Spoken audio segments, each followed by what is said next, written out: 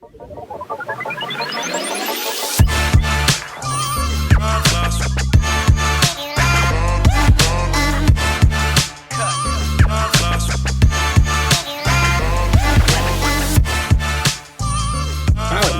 back to the Transfer Portal CFB, presented by NoContextCFB. That's about the first time I didn't say hello or something. I said howdy. I don't know why. Bonjour to all those in France and stuff.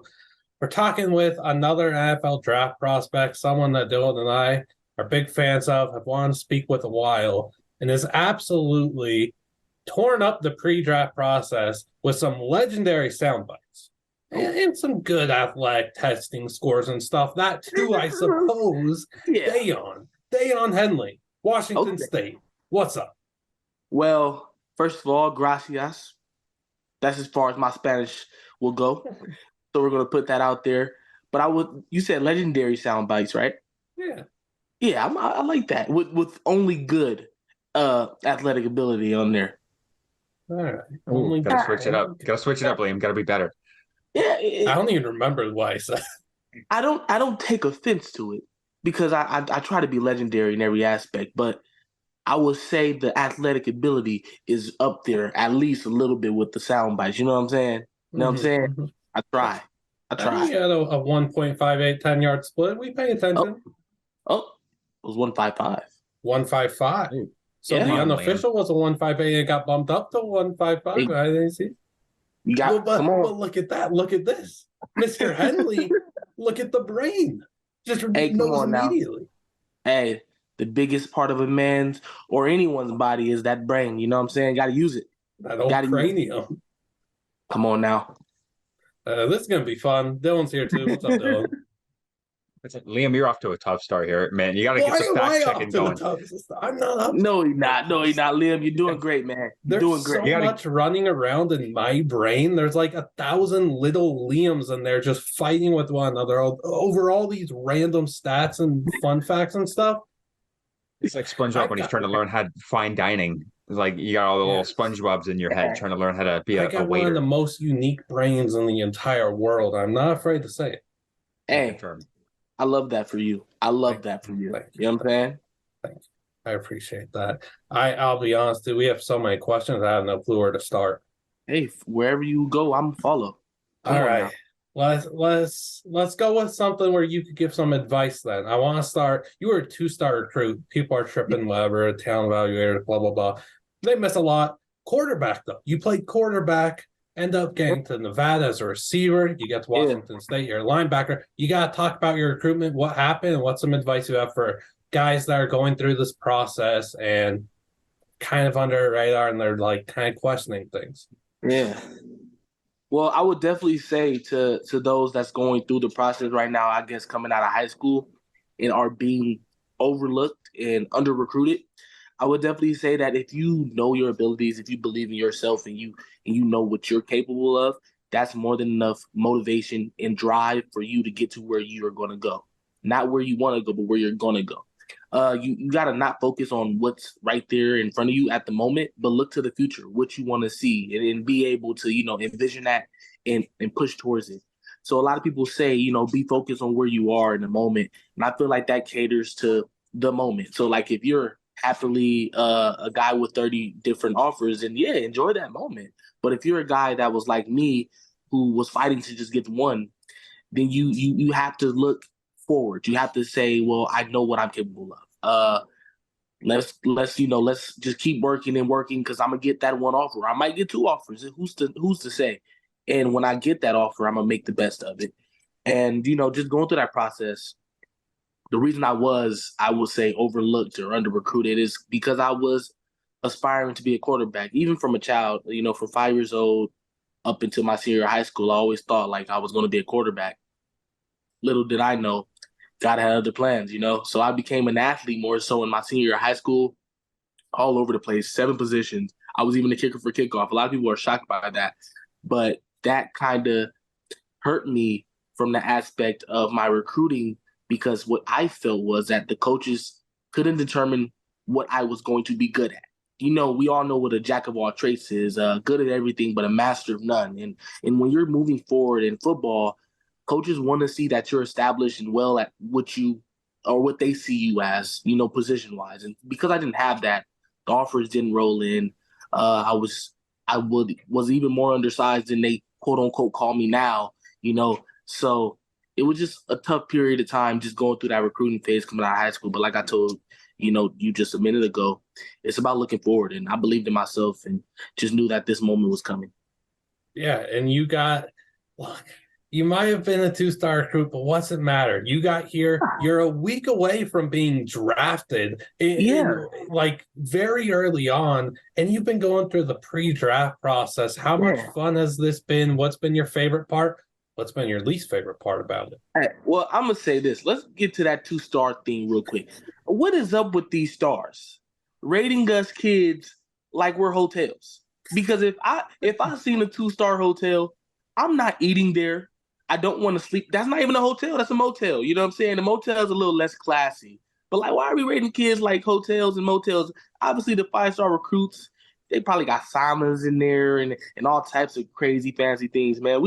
It's this whole process of rating these kids when you can't even see what's under the hood. And when I say what's under the hood, I'm talking about the mentality. That's a big part of being the football player is the mentality. Like, are you driven? Are you physical? Can you take a hit? Can you throw a hit? Like, what type of kid are you under the hood from there? Then you got the heart, like they always say, you can't judge, the fighting the dog, you know what I'm saying? Like whatever dog that might be, if it's small or big, you can't really judge it from just looking at it. You don't know what you got in front of you. So the whole star thing, it kind of, it gets me going. It's a touchy topic because I was a 2-star, but I mean, look at where I am now, just like you said. And then I look at these other kids that go through that mental battle where I know they're probably better. Now, we could say from a different aspect, because I like to see both sides of the coin. If I was a 5-star, would I still be saying this? I would like to say I would, because even today, I am a highly, I guess, recruited prospect right now in this draft process. And I still see my friends and guys that I'm in the draft process with who aren't as high on the board as me, and I still look at them as dogs. And I feel like it's guys that aren't getting enough light that I've seen the ball harder than some guys that I think are getting that shine. You know what I'm saying? And it could be guys who see me the same way. And that's just how I feel about that whole little star thing, my little rant. You know what I'm saying? I had to get one in on the day, but you guys talk to me long enough, you might get a couple more. And then just to answer your question, I would say that the best process has been able to interact with so many teams, coaches, players, just to, like I told you, I like talking to humans. Doesn't matter what type of human you are, like wherever you are, whatever you look like, if you're a human being, I like to think I'm a little Dr. Doolittle. I could talk to pets, but mostly humans. That's the best interaction. I mean, the best part of this whole process that I've just been able to interact with so many people. Absolutely. I'm curious about your workout plan because like we talked about, you went from quarterback to receiver, and then now you're a physical specimen at the linebacker spot. What has your workout plan been like getting to this size, this physicality? Physical specimen. I love that. I love that for me. I like that you put it like that. I would like to think I am. But really it comes down to the eating. When you start out as a quarterback, you're not really, well, let's just speak simply on me. I was like lighter. I started off just coming out of high school, first snap of college football. I was like 190. So I was very light. I was a receiver, granted, but I was very light. But on my process into becoming a linebacker, I literally made a gain of about 5 to 10 pounds each season, not knowing that I was on my way to being a linebacker. It was just that my coaches was like, weight is sticking to you and you're still more than capable of running at a high rate and being an athlete. Like, when weight can stick to you, that's a good thing, especially if you're like playing the defensive side of the ball. Even on offenses, other positions that you need weight, but like weight was sticking. And just to shape it, like I love the gym, I love to work out. So it takes a lot of cardio to stay in shape. But when you're buffing, where you're bulking at the same time you're eating and you're buffing, it's just, you have to find that balance, that little midpoint. Now, I'm not certified trainer by any means, so I can't tell anyone how to eat or what to eat and how to do it because I still struggle with that myself. But I will say that, you got to get your gains and balance it with some good workouts. Speaking of gains, how much can you lift? Well, I would say, my 225 rep at my pro day was 19. My max rep my max one rep was about 400. And then I squat 600. I deadlift 800. Got videos of both of those. And that's kind of where I'm at right now on the weights. And that was probably my last like recorded deadlift and squat was probably like right before the last season. So, I could have gotten better. I couldn't gotten worse. Who's to say? I'm not going to say. I do a Slight really good flex. job at lifting my water bottle. Oh, hey man, come on now. That's risk right there. That's risk. Everything you could find to be a workout if you really look into it. There's a reason I What was is a your, 0-star recruit. Oh, no one's coming to that motel. Oh, No one's coming to the Liam Blutman Motel? Oh my gosh, not 0 stars, brother. Not 0 stars. What was your favorite moment from the Senior Bowl experience? I would definitely say the win. I love winning. I hate losing more than I love winning, though, if I'm being honest. So to get a win, my last collegiate game, even though it wasn't with my brothers, which I would say my Cougs, even though it wasn't with my brothers, my last time being a college football player, that one game was a win. It was a dub. And I would definitely say that was probably the best moment of the whole experience, was that I went out there with a bunch of random, amazing athletes / physical specimens along with myself.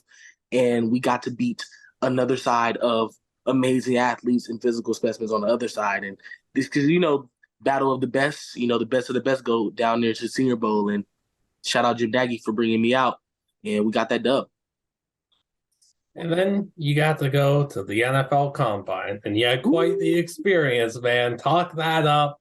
How was that, and what was it like being in the complete spotlight? I would definitely say the misconception is that it's probably going to be fun out there. It's not that fun. At the end of the day, one thing you have to realize is when you're getting prepped for the combine by your agency and all the other people that's pouring in on you, they want you to really know that this is, I would say, an interview. It's one humongous interview. Like, you're going out there to Indy and enjoy the moment. Sights to be seen. Take it all in, because it's a once in a lifetime thing, and it's not an opportunity given to everyone. So that's something that I already knew going into it, but it was business, So to go out there and to have the different interviews and formal visits that I had and informal visits I had, it was something that, like I said, once in a lifetime experience. It was very surreal. It was times where I just sat down and I was in the stadium by myself before anything got going and just took a video, and I wanted to cry. I was like, this took like 17 years. I wanted to cry so bad, and I just couldn't get the tear. So I'm a little disappointed in my emotional state. But I knew what I wanted to do, so I'm going to go ahead and go with that. What testing score were you most proud of? I would definitely say none of them. Yeah, because I'm a guy who holds myself to the highest standard that is set, So I went out there, and it was things that I wanted to do, but I didn't put up any bad numbers. So, like, I'm not definitely saying I'm proud of anything, but I definitely say I didn't do anything bad. Like, I got the job done. Definitely went out there and got the job done. I'm not going to say exactly the numbers I want to do, because then that's just going to make it heavier on my heart just thinking about it, even though I'm already in.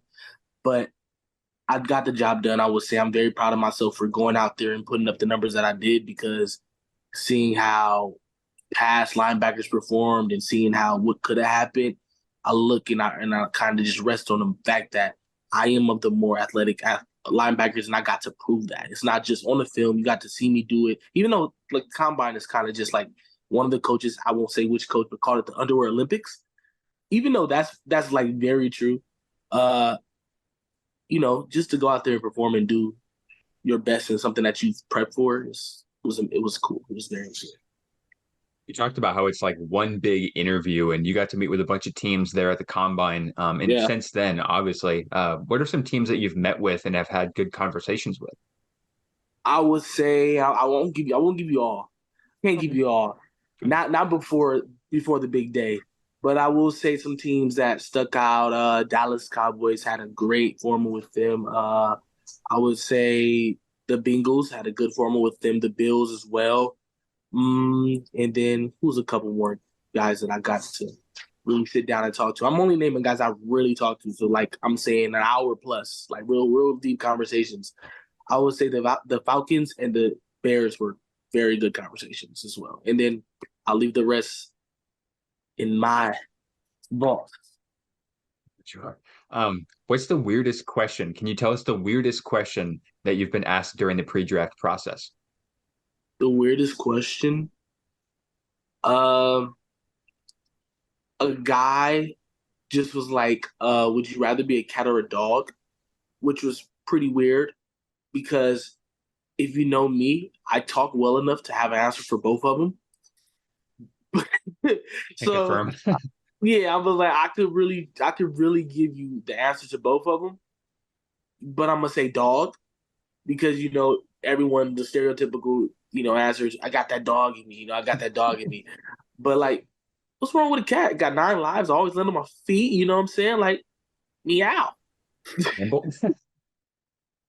Yeah, and I'm a cool man. I'm a cool man, which is a big cat. That's true. But I said I was a dog. I'm gonna go ahead and say I was a dog. Couldn't say I was a duck though. Okay, I'll take that shade. You were also part of the wolf pack though, so you've kind of been both. I have been both. The pack, running with the pack is a big, major part of my journey. Like, you go to college as a kid.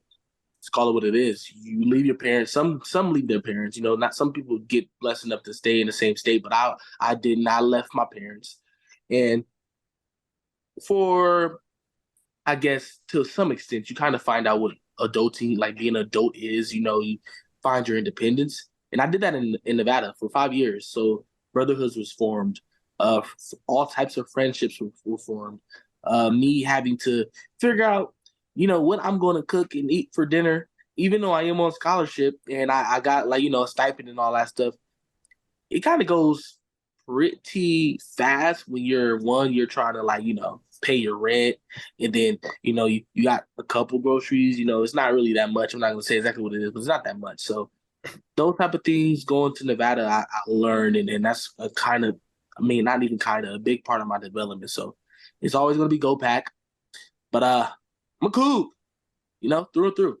I still can't believe you meowed. That's hey man, that's just me being, that cat. I got that cat in me too.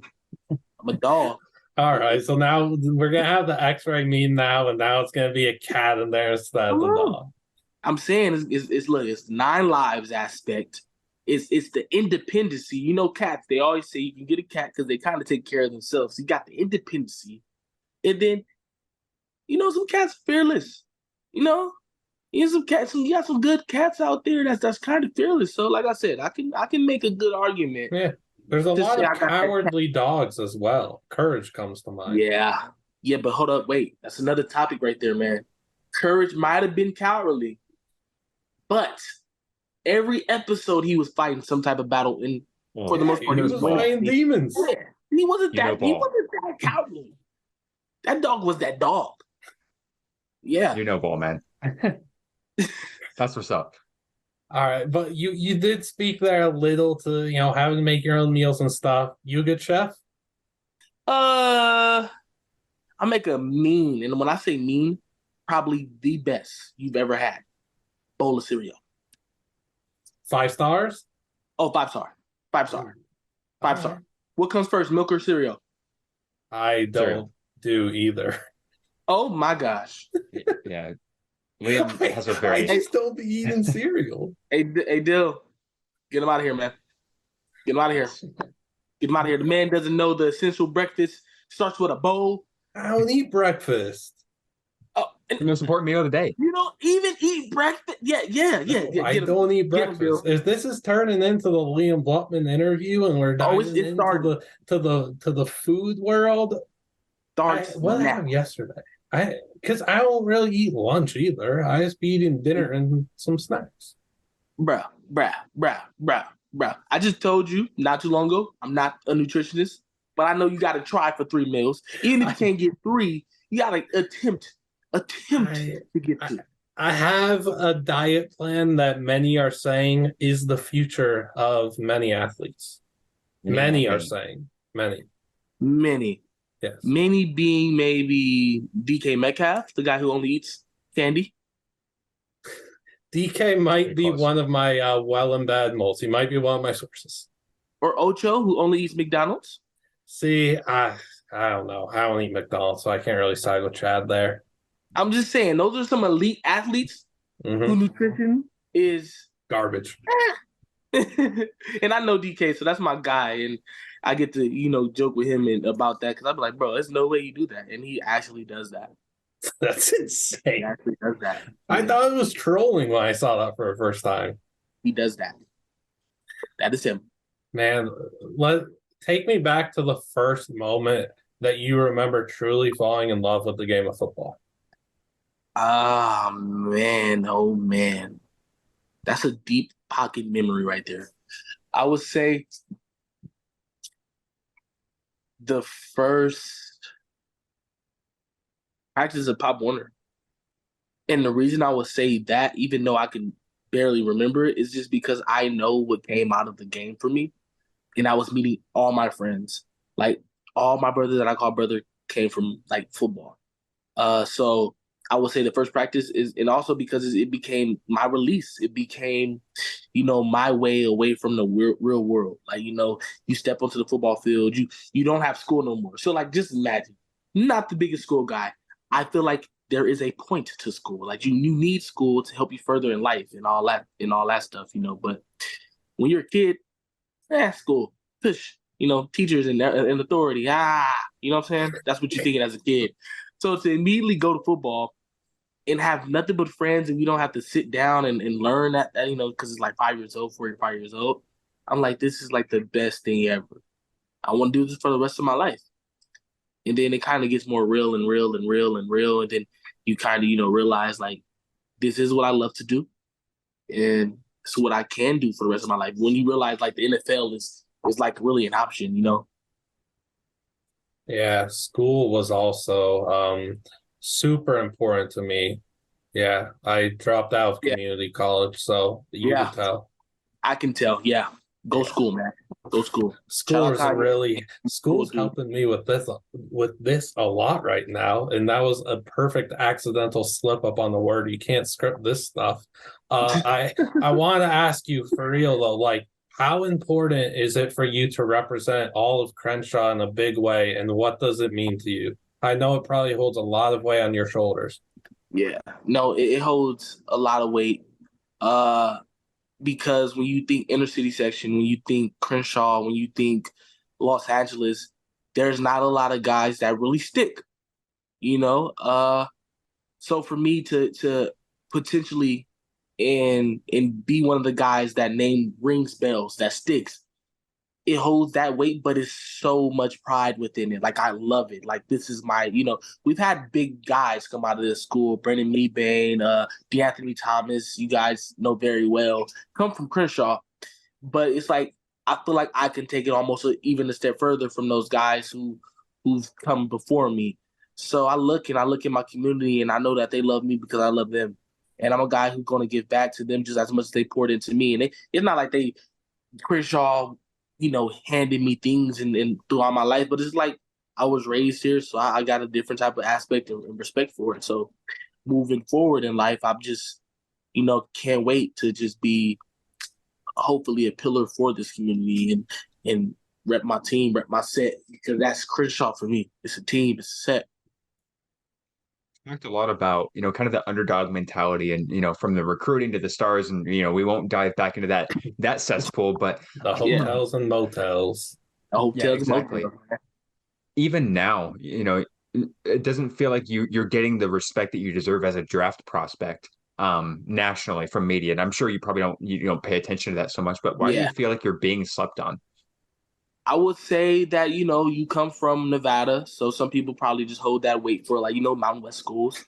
And you go to Washington State, and it's like the buzz was already low versus guys who consistently had buzz. You know what I'm saying? Like, you got to understand that the media is not going to be able to be spread so far. Like, some people are going to show you love, some people are not going to show you love. But it only can go so far. So when everyone's focused on the bigger name schools, Alabama, Clemson, Georgia, Ohio, all those big name schools that are used to getting national attention, their players automatically, whether you're good or not, you automatically get the limelight just because of the school name that you go to. So for me, I'm just fighting and clawing for a little bit of attention. And to get anything I'm grateful for it. So I could care less about being slept on, because at the end of the day, it doesn't matter when I'm putting the work on the field. You know what I'm saying? Like, it doesn't matter. That's why knowing, like, I don't focus into it is, why? Because it's like, it bears very little weight on me and my performance, because at the end of the day, whether someone's saying something about me or not, I still have to perform. And seeing I'm going to the NFL, this is going to be my job. And I critique my Apple phone all the time, and Apple doesn't care. I critique Instagram and Twitter all the time. Come up with that? I'm just saying, like, these are things we critique, and they're going to perform whether we like it or not. That's me. This is my job. My Daiyan Henley is now being, a corporation. Now my body is. So whether you critique me or not, I got to perform, man. And that's just how I see it.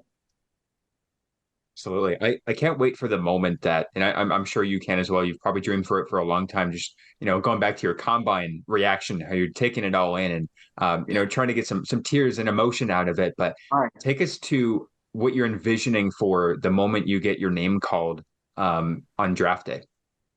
I'm thinking, well, it's going to be a lot of people from aunties I don't know to very famous people. You know what I'm saying? You don't have a room full of people you don't know at all, but they're going to be there. I'm thinking, like, my name get called, I just, oh my God, I made it. Might jump into the pool and stuff like that. But I hope it lasts forever, even though I know it won't. That's why I say I hope. But, like, that's how I kind of see it, like the family cheering, everybody right there for me. And it's a dream come true. And it's just more to be done. Where are you gonna? Oh, sorry, Come on. I'm curious. You got a suit picked out? Do I have a suit picked out? I do not. I kind of do need to go get on that. I got a mama who's gonna be up my butt if I don't get to it. Where's your draft party gonna be hosted? Down in LA, closer to like the Valley area. So not exactly Crenshaw District. But I promise you, the Crenshaw District will be present wherever I'm at. So, and there's a pool nearby. Oh man, of course there's a pool nearby. I mean, you brought up, like, I'm just saying, I'm envisioning it right now. I mean, look at the vision. I know you probably have the vision, but for those out there, this guy just jumps into the pool right after he gets drafted. That's a viral clip forever. He's all-time NFL draft moment. Belly dive, the big old. I hope that sounded like shoes. Say it again. In the suit and the shoes. If I have a suit on, yes. If I don't have a suit on, yes. So I don't know. I'm just hoping that it goes exactly like that. Like I said to my family, like, it doesn't matter when or where I go. It's the fact that I'm going. So, I'm just ready for that moment. So I've been asking this question to a few other prospects. There's a lot of varying answers here. Oh. You get that first check. Where are you buying for your family? First thing. Well, dang, then if I buy that, then this goes viral. I will be exposing my gift. So I can't really tell you. I can't expose my gift because it's a gift. It is a secret. Okay. Liam, come here. It's a call.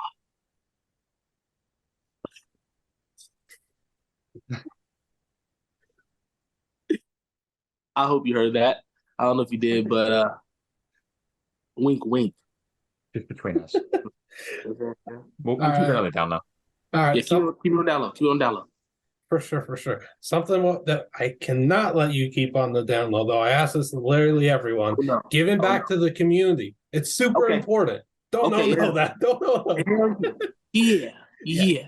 Giving back to the community is super important. I ask literally every single player, whether they're about to enter the NFL or, freshman, sophomore in college, in what ways do you plan to give back and help out those in need? Well, I'm glad you said that it's important because I want everyone to know that it is important. And for me, obviously, there's multiple things that I can do from being an athlete standpoint, which would be like just hosting some camps. And that's like, I would say plan A, just because it's like, you can get a lot of kids out there to come see an NFL player be at a camp. But I want to be able to cater to people who aren't necessarily athletes, people who didn't choose to be an athlete or grow up, because that's a lot of stuff that we don't pay attention to. It's like, being an athlete in my community is big. It's like top of the food chain. It's like we can get you to school free with being an athlete. You can get a good career. It pays very good if you are an athlete. And you look at that and it's like, well, that does take you, what, if you're starting at 5 or 4, like 17 years to get to that success. And then it's like you have a lot of lefts and rights that you have to make sure you go straight, because if you don't do that, then you're completely not going to get there. So I want to cater to those kids who not going to make it that far or don't want to go that far. So like job seminars and having like maybe my agent come out and talk to them about different paper routes that they can take just to be, ready for life. And that type of stuff that I feel like kids should, one is going to have to be for older kids. I know that a 5-year-old to like a 13-year-old is not going to want to be there for that. So I'm not going to just say put them in there. That's what the camp is for. But for the other kids who can focus and stay right there, I plan on doing things like that. That's one of my favorite answers so far. Absolutely love that. I'm curious about this because you played so many different positions when you were in high school. So, but who are some athletes, specifically football players, that you looked up to as a kid? Randy Moss, Tom Brady, Red Lewis, and Ed Reed. Kobe Bean Bryant. That's my guy. Go Lake Show. Yeah, I seen it. That's why as soon as I saw it, I'm like, Dylan, he's my guy. That's my guy right there. He's my type of guy. Let's ignore that, but let's focus over here. Yeah. Don't worry. I already seen that. I shot the duck a long time ago. Over that. But those are some athletes, talents that I've actually, looked up to, or I would say kind of watched. It's not like that I looked up to them. It's more so that like they were always entertaining and always at the top of the game. Even LeBron now today and seeing him, somebody I can actually witness their greatness. It's like, why can't we all, achieve great things like that? Why can't? Absolutely. Best piece of advice you've been given, or is there a quote from like an athlete or a coach or something that sticks with you day by day? If you're not getting better, you're getting worse, which means that you have to actively take steps and goals towards your dreams, towards what you want to do every day. It's not, if you're not getting better, just it means like, you're not trying to. And it goes to my growth mindset, because I like to say I have a growth mindset, is that there's always something to learn. It's always something to do. That's why we always get new technologies, because there's always something to improve on. Now, do I think some guys are holding out? Yes. I think they do hold out on technology and wait for the next edition so they can put it out there. But that's just my opinion. But just to that point, though, like there's always something to do to improve on. So if you're not getting better, you're getting worse because you're choosing not to do it. So why is Daiyan Henley going to be an athlete and a person that the youth looks up to? Because whether or not people see me as just an athlete or not, I want people to see me as a person. You know what I'm saying? Like I want them to be able to connect with me. I want them to be able to relate. I didn't have the easiest journey, so I guess that kind of grounds me a little bit. But everyone doesn't have the easy. I don't know too many people. Even the best of the best recruits had it the hard way. But I want people to be able to see my point of view and know that like this guy, he cares about humans. This is why I say I like to talk to humans, bro. It doesn't matter who you are, what you do. I like to talk to you, so I want people to see that I'm somebody, that's enjoyable, and because I try my hardest to enjoy everyone as well. It's not easy. That's why I say I try. But that's just kind of the person I am. If you weren't playing football, what do you think you would be doing? Let's see. Let's get a little crazy. I say maybe acting, maybe motivational speaker. That's just some things I think I'll have fun doing. But I definitely went to college for the criminal justice route. And that's because I wanted to be able to help my community as far as understanding and protecting them against, the laws and government that we don't really understand or pay too much attention to. So in some form or aspect, I think that I will be able to stay in that realm of criminal justice, just to, give back to my community in another way. Have you thought about what you want to do after football? Because I know the criminal justice thing, that's a really good route to take, and it seems like you're very passionate about that. Yeah, so in some form, I haven't directly decided what I wanted to do, but I definitely wanted to give back and help my community with a role in some form with, like, criminal justice, maybe government, some way. I don't haven't directly thought too much about it because, as you can see, tunnel vision, one said, one mind go right now. And the fact that I'm actually close enough to do it and obtain it, I have to definitely stay more locked in on what I'm doing. But I know that, little things like that stick to me. Absolutely. We know your relationship with your dad is super, super important to you. Can you speak on that a bit, especially through this, transition process from going from a collegiate athlete to, a future pro in just a week? Yeah, no. So my dad has basically been there for me. Not even basically, has been there for me my whole life. He's been my first football coach. Him and my mom been married for about 20 plus years. Been together since they were 17. So you can imagine, like, that household. Just, I got two older brothers, a baby sister. So my dad has been my rock. He has been the one who's held me down, who's taught me discipline, who's disciplined me, and as well as that, like, been the fun, the light. It's kind of where I get my mannerisms from. So as you can see how highly I speak of him, and that's all because he deserves it. You know what I'm saying? Like, it's somebody that I've also watched, or not even watched, but heard of him going from the past he had. He had a rough past, mainly because of the decisions he made, which is why he spent so much time in dealing with me and helping me make the right decisions my whole life. And he has constantly evolved and turned it around and turned it to, shoot, he's pretty famous nowadays, but, like, because of that stuff he went through, he kind of became a better man and shaped his future the way I've been trying to do my whole life. So that's just kind of how I see my father for like just that perspective. All right, so a smooth transition here back to the football field. Your graceful movement and extreme toughness, they always pop off the screen when we're watching you play. But what about for those who are unfamiliar with your game, Mr. Henley? They don't know what's up. You got to describe it to them. What are they going to see in the NFL? Well, to describe it, it's a mentality. I don't have a name for the mentality.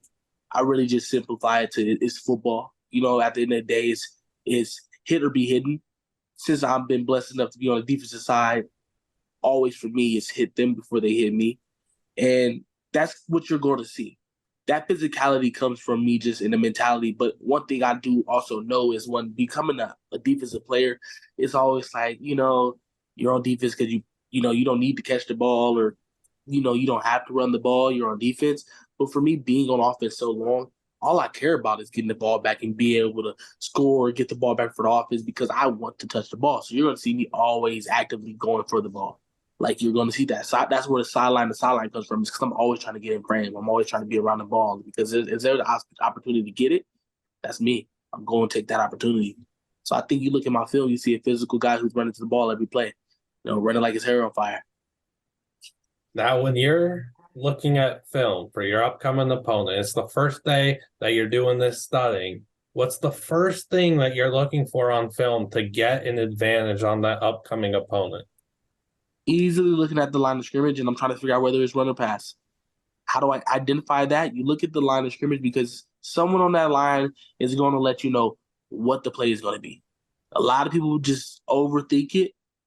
Every play in football can only be two things: run or pass. No matter how they dress it up, how they make it look, who they toss the ball to, it's one or the other. So you look at the line of scrimmage to get those type of things. You can see if a guard or a tackle is very high and drop stepping for pass. You can look at their leaning forward for run. You can see who on the line is more eager to move than other, because it's all types of little nicks and knacks that you can find. But it's kind of things that I've grown and learned to adapt as I've been, playing the linebacker position. I'm still growing, but that is definitely just a nitbit of what you look for. Dude, that's why you're such a fascinating prospect because you are still growing. Like you're new to the position. Like this is why you're the best linebacker in the class because. Oh, thank you. Appreciate that. Well, the doubters will doubt and all that, and you'll ignore them. But when Liam Blutman says Mr. Henley's the top linebacker in the class, we print that quote out and we put it up on the fridge or something. Come on now. I need that so I can put on I need to make sure your name is in bold though. Put mine in the little letters and yours in bold so I can make sure everyone knows Liam said it. Yes, sir. So you talked a little bit about the switch from, receiver to linebacker and how, the playing offense helps you with the defensive side. But, what aspects of it, of being a former, quarterback and receiver and doing so many different things and knowing so much about what goes on the field on all three sides, really, because you said you did special teams as well. How do you think that helps your overall IQ of the game? I mean, it helps tremendously. I think that the harder part of switching positions isn't the learning, but it's the technique of, because each position has completely different techniques. But when it comes down just to simple, like I like to simplify things so it's easy to understand as far as for me, so I can talk about it easier. But like defense is to stop the offense is to score. So to go from quarterback where I have to decide, not just decide, but to dissect the defense and be able to read coverages and know what disguises they'll try to give me so I can throw an errant pass or throw some, just it makes a terrible decision. Then to go from that aspect to going to defense to knowing that I was a quarterback, and if I show a too high look, that he's going to probably think 4 cover 2, so he'll probably aim for the flats if he's thinking 4, or he'll probably try to hold shot if he's thinking 2. So to know those type of things is like it helps tremendously. Like I just said, it's just really the technique of each position that is different because you can't necessarily just move a receiver to linebacker. So people, they kind of, forget the 5 positions in between of my transition. They also forget the 5 to 10 pounds that I've gained in the middle of my transition. You know what I'm saying? They kind of just miss that. They say receiver to linebacker. That's not something you can really just do.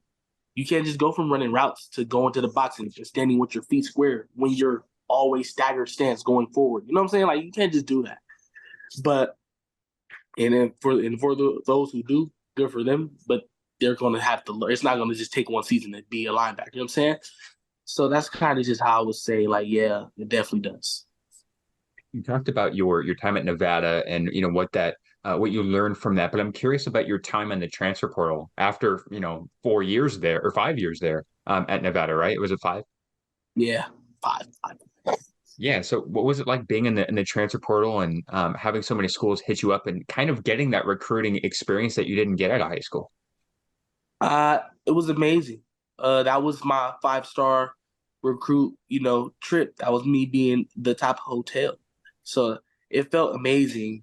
And I got to understand what it's like. And also it's a dealing of, having to make a major decision, setting your future up to be, because it's one opportunity. That's the difference for me in being a 5-star recruit, especially in this era where you got the transfer portal for like kids who they can be like, oh, if it doesn't work out, I can just jump ship.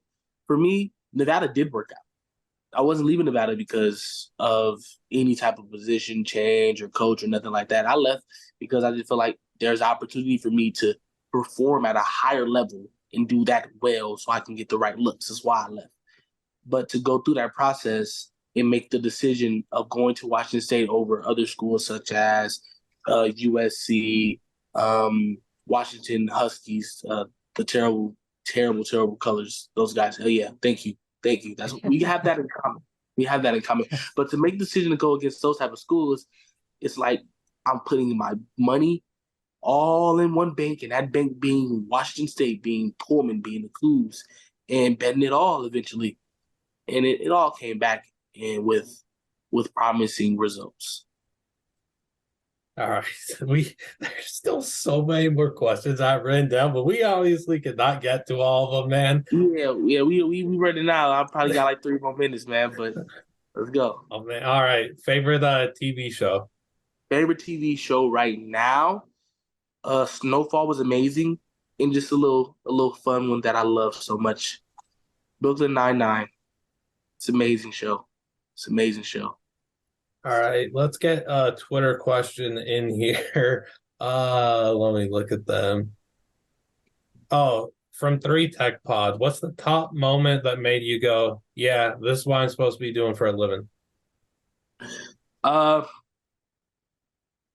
would say I had a very good TFL against Oregon. Dill. Dill, I Nice. did. Dill, I know you've seen it. Can't confirm. Can't confirm. I had a very nice TFL where I dipped the shoulder, ripped, and I was very sick that game.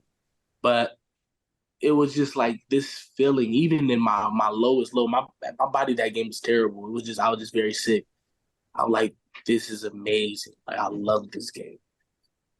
Just perform. This might be one of them. It's been a million of those moments. I'll give that one. One from at Tizzy Tot, whether it be competition, practice, facilities, travel, etc. Was there ever a moment he thought to himself, this is different from the Mountain West last season when you were at Wazoo? Not at all. Yeah, not at all. Not at all. Not at all. I would say I'm trying to find one. I keep saying not at all, but I'm trying to find something that I was like, this is different. Yeah, I got one. Okay. But this is the reason I can't say it's different because I was at Nevada. So it's really not Mountain West to conference. It's really just where you were in the resources that school has. Because there are some amazing Mountain West schools with like very high resources. For instance, Boise State has money, you know what I'm saying? Like versus Nevada. So I would say like we had a nutrition staff at Washington State that I wasn't used to versus Nevada. So I'd say that. All right, Liam. All right. So when you get drafted, we know, hey, Twitter's a big thing now. That team's going to be tweeting out, we just drafted Daiyan Henley. There's going to be all these people in their replies like, yes, yes. Or like, someone tell me about this guy, blah, blah, blah. That stuff's going to happen. So when you get drafted, we're going to take this clip and I'm going to tweet it to that team and they're going to see, like, their family's going to see, but words are tough, whatever. So I'm just going to give you the opportunity right now. Introduce yourself to your new fan base. Let them know what's up. Why are they getting Daiyan Henley? Was good whatever team I make it to. I'm Daiyan Henley, aka the Ranger. A lot of people call me the Ranger. I kind of little fun thing. But what you get is passion, driven, motivated, forever growing. So, roll with the punches with me. If I make a mistake, don't kill me. I'm just playing the game I love to play and doing it at my best to make sure that this team gets this win and that we have a dominant season and that we're looking forward to winning some rings. I don't know when, but I know that me personally, I'm driven and motivated to get that ring for this team. And of my future brothers who I will be joining, I know that we're all on that same path, that same goal. So let's do it. Super Bowl coming soon. And why do they call you the Ranger? They call me the Ranger. Well, my uncle kind of gave me that name. I just loved the Power Rangers growing up. And it's kind of like just that type of unique athletic ability given to teenagers. Super. It kind of just stuck, like this guy's pretty super. So it's kind of how it stuck. And my uncle gave it to me. And everybody just kind of went with it. You can't have a nickname and not be good. Yeah.